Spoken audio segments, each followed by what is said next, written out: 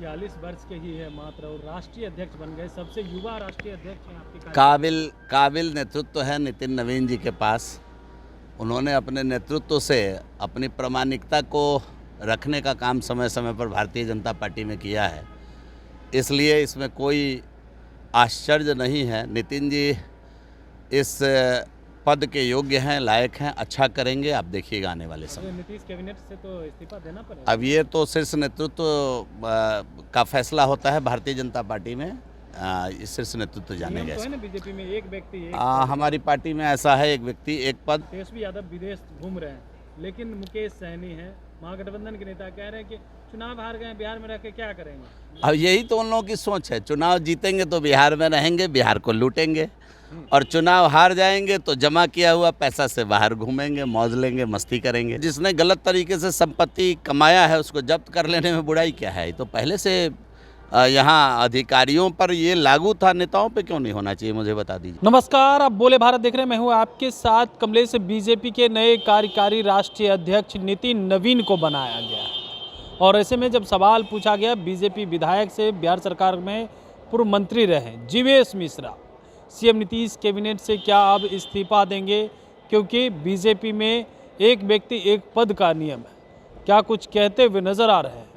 वहीं तेजस्वी यादव के विदेश दौरे पर भी बोल रहे हैं, जिसमें मुकेश सहनी ने कहा था कि बिहार में रह करके क्या करें। सुनिए। बीजेपी का राष्ट्रीय कार्यकारी अध्यक्ष बनाया गया। बहुत बहुत शुभकामना सबसे पहले माननीय भाई मित्र आदरणीय नितिन नवीन जी को बड़ी जवाबदारी जिम्मेदारी के लिए, और राष्ट्रीय अध्यक्ष ने बिहार को मौका दिया है कि शीर्ष नेतृत्व ने अपने नेता आदरणीय देश के यशस्वी प्रधानमंत्री जी, गृह मंत्री जी और वर्तमान राष्ट्रीय अध्यक्ष जी और पार्टी के राष्ट्रीय संगठन महामंत्री, सभी लोगों ने मिलकर के जो शीर्ष नेतृत्व ने निर्णय लिया है और बिहार को प्रचंड जीत का इनाम भी दिया है, तो हम समझते हैं जितना धन्यवाद किया जाए शीर्ष नेतृत्व का कम है।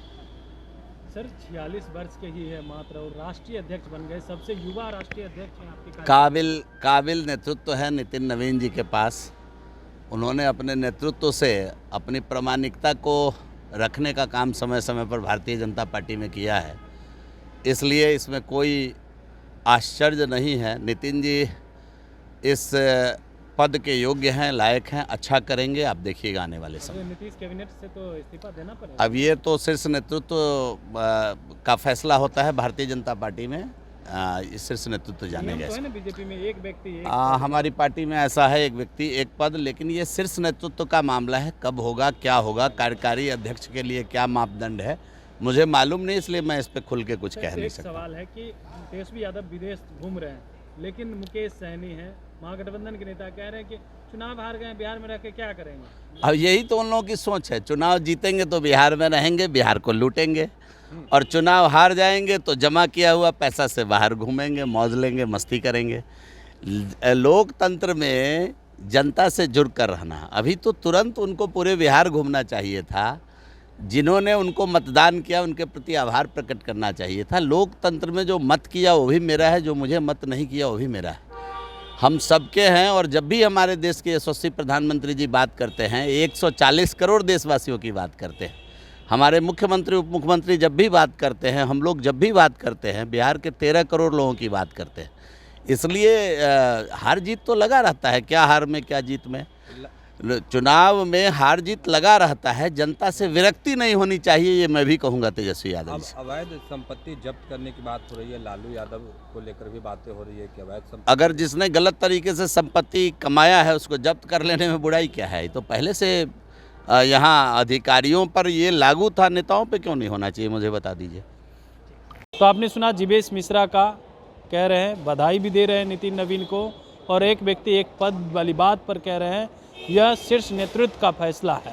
नितिन नवीन क्या नीतीश कैबिनेट में रहेंगे या नहीं, यह भी एक सवाल है, लेकिन तेजस्वी यादव और मुकेश सहनी पर खूब भड़क गए।